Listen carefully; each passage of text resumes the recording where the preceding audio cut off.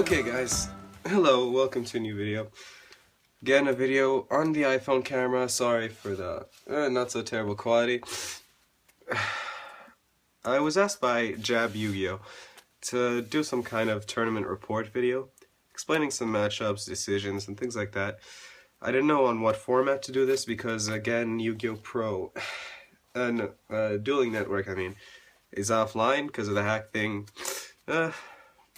I thought I'd make it now anyway. I thought I'd do this kind of format of video, just play mat, the deck, and talk about and ramble about the report, do a tournament report.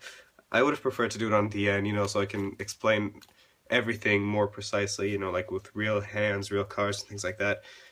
But if you really want to see like exact matchup details, I could do that eventually, like to explain how to play against a deck or how to use a card efficiently against a deck, segments like that.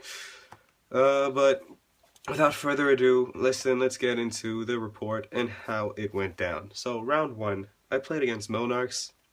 Like I said, you have a great matchup against Monarchs, especially for the fact that in Yu-Gi-Oh! Pro I didn't show this, but I was main decking the Fog King at the event because, well, for a few reasons. First of all, he's a secret rare that looks pretty cool. I don't know if there's a glare because I can't see my phone. Like what I did was I put my iPhone right now is hanging on the ledge and filming my mat from above. Like, it's pretty weird, but I hope there's no glare. So I was playing this Fog King in main deck because, first of all, against Monarchs, it's really good. You can normal summon it without tributing and get his effect, which is no player can normal summon.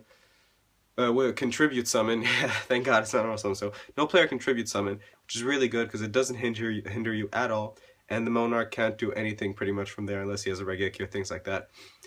Second reason is I know I'm main decking a tech card, which isn't good against every single deck, except the Monarch matchup, but he is a level 7 water monster that you can normal summon without tributing. So he can sometimes help you, surprisingly help you with your combos.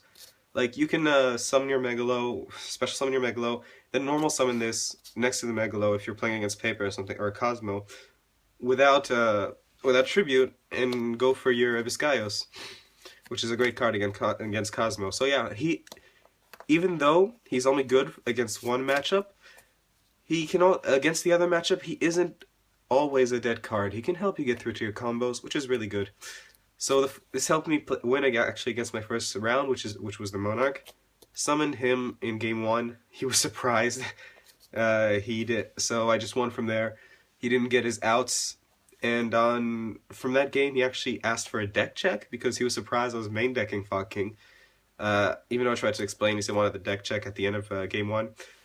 Ended up the judge actually that's why I ended up 2-1 against him instead of 2-0ing him, is because the judge ended up finding another mistake in my deck. Was when I was writing up my deck list, I recounted my extra deck, of course, to make sure it was 15, which, by the way, always do that just in case, or else you'll end up in a situation like this.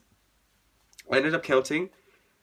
I thought I counted 14 cards, so I said, oh, I only have 14, well, might as well play 15 cards, why not? So I put in a second Dweller, but it turned out that all I did was miscount the first time, and I did have 15 cards from the start, so I ended up with 16 cards in my extra deck, and he gave me a game loss on round 2.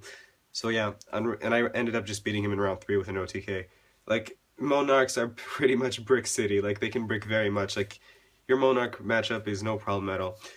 So that was it for game 1. On game 2, I played against Pepe, and the MVP of that matchup was this, because he didn't know anything about Mizuchi. Well, he didn't know much about it. This actually helped me win the game. Like, game 1, I won because of main decking the Ghost Ogres, because unlike in Yu-Gi-Oh! Pro, I was actually main decking the Ghost Ogres this time. Game 1, I just ended up Ghost Ogring his Monkey board, and Veiloring his Crobat Joker. Yeah, I was playing more hand traps at the regionals, actually, instead of what I showed on Yu-Gi-Oh! Pro.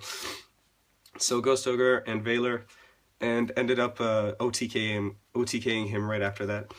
In game 2, I actually just I ended up winning game 2. Yeah, but how do I want to say this? So I summon my Prince. I go for a casual Megalo play, summon the Megalo, activate the Mizuchi, and he didn't know what Mizuchi did exactly. So he ended up activating his Vector, thinking it would destroy his Vector, and so he could play his spell cards with no problem. But what that ended up doing to him was he had his Vector in play for forever, and he thought it would be destroyed at the same time with Mizuchi, but the pendulum scales aren't destroyed; their effects are just negated. So he ended up with a Vector in his scale for the longest time, and he couldn't pendulum summon anything, so he had to pass his turn setting plush fires and hoping he could survive. But you can OTK through plush fire and trick clowns, as I said, with this deck.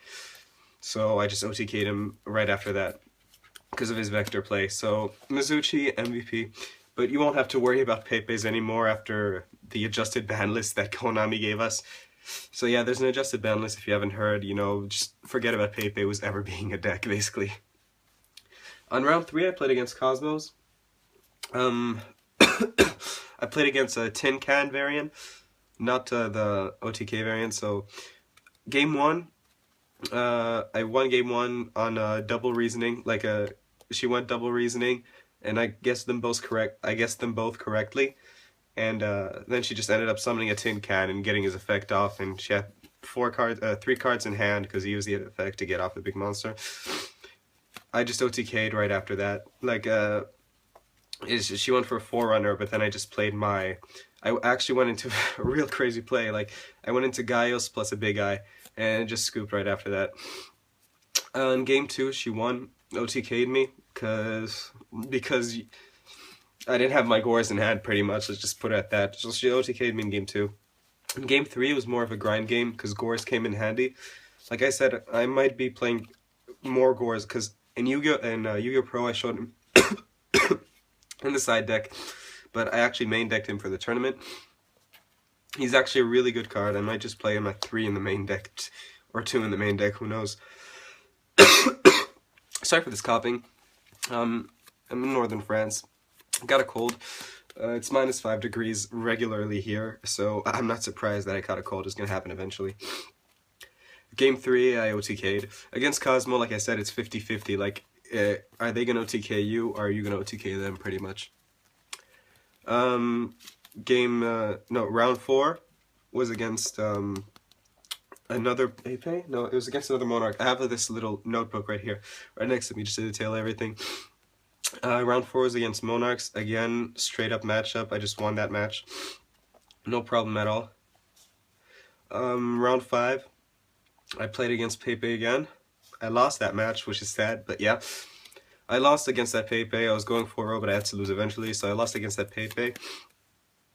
Pretty much what happened was, game 1, I had, yeah, let me show you the hand. It was pretty sad, to say the least. Where's that other? Yeah, so this was my hand against the Pepe in game 1 of round 5, I think, yeah. So this was the hand, yeah.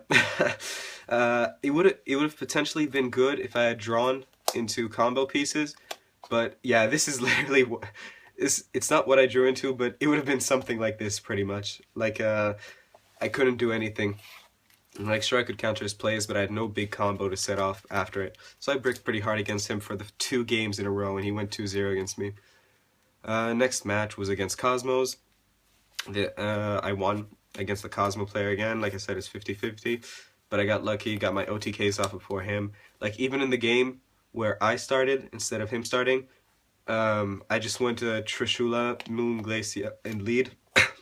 You know, taking 4 cards out of his hand. I got a pretty savage combo in turn 0 against him. So he ended up with 1 card in hand, and he couldn't do anything on next turn. I just OTK'd him right after that. I ended up 2-0ing him. Next, 2-1 against him, actually. Next up, who was it against? Wait. Yeah, it was against Magician Pendulums. The Magician Pendulum guy, I never talked about it, but Magician Pendulum, you have no problem against it. You know, the Odd Eyes variant. You don't care about his Vortex Dragon, you don't care about his Xyz, his Fusion. The Synchro, you can negate during battle phase, but you don't have many effects. You don't have any effects during the battle phase, actually, to be honest. The Xyz can spam some odd eyes and negate attacks, but you're just gonna kill it off with heavy infantry. And the fusion that negates cards, again, heavy infantry just baits it out and kills it. So that was a pretty easy matchup.